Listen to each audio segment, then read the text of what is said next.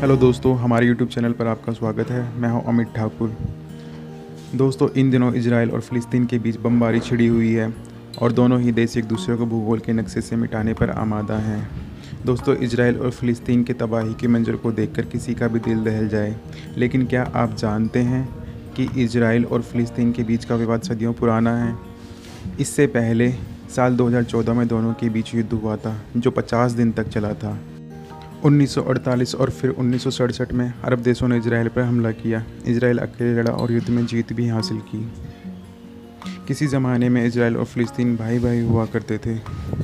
दोनों देशों के लोग एक साथ रहते थे। दोस्तों, लेकिन ऐसा क्या हुआ कि दोनों एक दूसरे के कट्टर दुश्मन बन गए। ऐसा क्या हुआ कि दोनों देश एक दूसरे को मिटा देना चाहते हैं।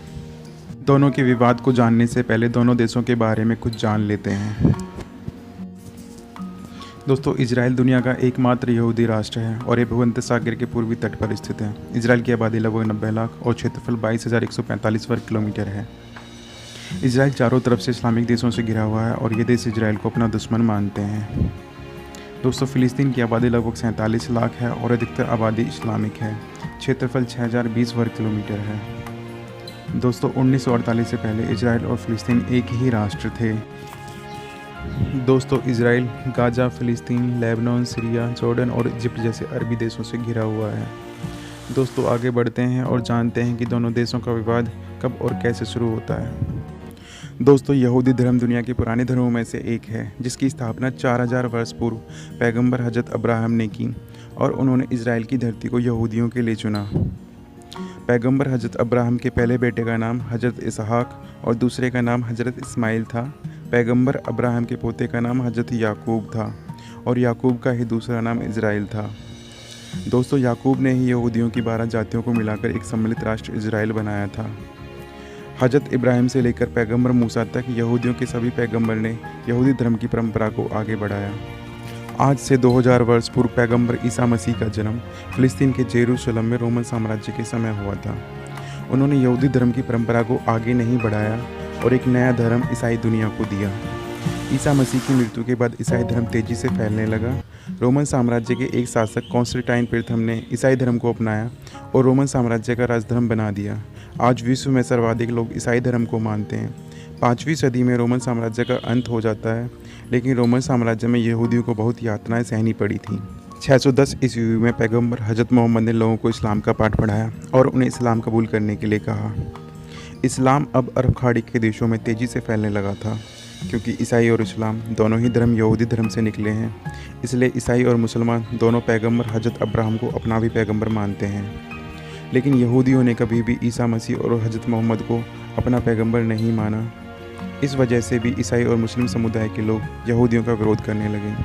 610 ईस्वी के बाद इस्लाम धर्म तेज़ी से फैल रहा था। अलग अलग शासनकाल में यहूदियों को निशाना बनाया जाने लगा और उन्हें प्रताड़ित किया जाने लगा। 12वीं सदी के अंत में ओटोमन साम्राज्य तुर्की में स्थापित होने लगा और 16वीं-17वीं सदी के बीच ओटोमन साम्राज्य अपने चरम पर था। अब फ़िलिस्तीन पर ओटोमन का शासन स्थापित हो चुका था। क्योंकि ओटोमन एक इस्लामी साम्राज्य था, इसलिए माना जाता है कि यहीं से यहूदियों के पलायन की शुरुआत होती है। यहूदी यूरोप के दूसरे देशों में जाकर बसने लगे और इस तरह यहूदियों की सभी 12 जातियाँ इधर उधर बिखर गईं। लेकिन दूसरे देशों में भी उनके साथ अच्छा बर्ताव नहीं हुआ। लोग यहूदियों की तरक्की और उनका धर्म देखकर उनसे जलने लगे और उन्हें वहाँ भी प्रताड़ित किया जाने लगा। ये वो समय था जब यहूदियों का अपना कोई राष्ट्र नहीं था और यहूदी दुनिया के अलग अलग देशों में रह रहे थे। अब यहूदियों को लगने लगा था कि उन्हें यहूदियों के लिए एक स्वतंत्र राष्ट्र बसाना चाहिए और उन्होंने इसके लिए वापस अपने पवित्र स्थान इजराइल की धरती को चुना। 19वीं सदी आते आते यहूदियों में राष्ट्रवाद की लहर दौड़ने लगी और 19 अगस्त 1857 को स्विट्ज़रलैंड के बेसल शहर में वर्ल्ड जायनिस्ट ऑर्गेनाइजेशन की एक मीटिंग हुई। जायनिज़म नाम से एक आंदोलन की शुरुआत हुई जो यहूदियों को इजराइल में वापस बसाने के लिए शुरू किया गया। तय किया गया कि यहूदी इजराइल जाएंगे और वहां ज़मीन खरीद कर बसेंगे। इसके लिए 1901 में जूइश नेशनल फंड बनाया गया। इसके जरिए दुनिया भर के धनी यहूदियों ने फ़िलिस्तीन में ज़मीन खरीदने के लिए पैसे भेजना शुरू किया। यहूदी अरबी लोगों से ज़मीन खरीदने लगे और यहाँ आकर बसने लगे। अब यहूदियों की एक अच्छी खासी जनसंख्या फ़िलिस्तीन में रहने लगी थी।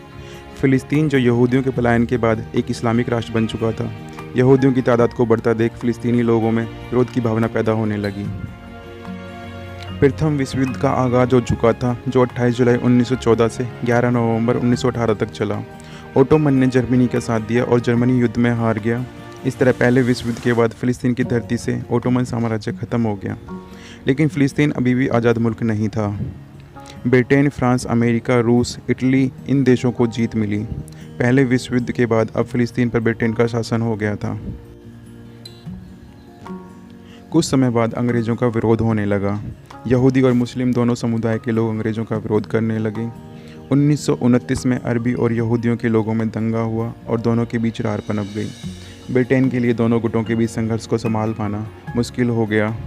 1947 में अंग्रेज़ फ़िलिस्तीन के मुद्दे को लेकर संयुक्त राष्ट्र चले गए और फ़िलिस्तीन को 2 हिस्सों में बांट दिया। इस तरह 14 मई 1948 को इजराइल यहूदियों का अपना राष्ट्र बना और फ़िलिस्तीन को अरब राष्ट्र घोषित कर दिया गया। 15 मई 1948 को अंग्रेज़ों ने फ़िलिस्तीन छोड़ दिया। अंग्रेज़ों के जाने के बाद अरबी और यहूदियों में गृह युद्ध छिड़ गया। फ़िलिस्तीनी लोगों की मदद के लिए आसपास के अरबी देशों ने इजराइल पर हमला कर दिया। इस युद्ध में इजराइल डटकर लड़ा और इजराइल की जीत हुई। इसके बाद 1967 में अरब देशों ने इजराइल पर हमला किया और यह युद्ध 6 दिन तक चला। इजराइल अकेला अरब देशों पर भारी पड़ा और फ़िलिस्तीन के काफ़ी हिस्से पर अपना कब्ज़ा जमा लिया और लगभग 70,000 फ़िलिस्तीनी नागरिकों को विस्थापित होना पड़ा। अब फ़िलिस्तीनी अपने उसी हिस्से के लिए इजराइल से लड़ते आ रहे हैं। गजा फ़िलिस्तीन का ही एक क्षेत्र है जहाँ से उसके हमास संगठन द्वारा इजराइल पर हमले किए जाते रहे हैं। हमास फ़िलिस्तीन के सुन्नी मुसलमानों का चरमपंथी गुट है और जिसकी फ़िलिस्तीन के गजा इलाके में अच्छी पकड़ है। वैसे तो इजराइल अरबी देशों से घिरा हुआ है, लेकिन इजराइल का डिफेंस सिस्टम इतना मजबूत है कि उसे कभी हार का मुँह नहीं देखना पड़ा।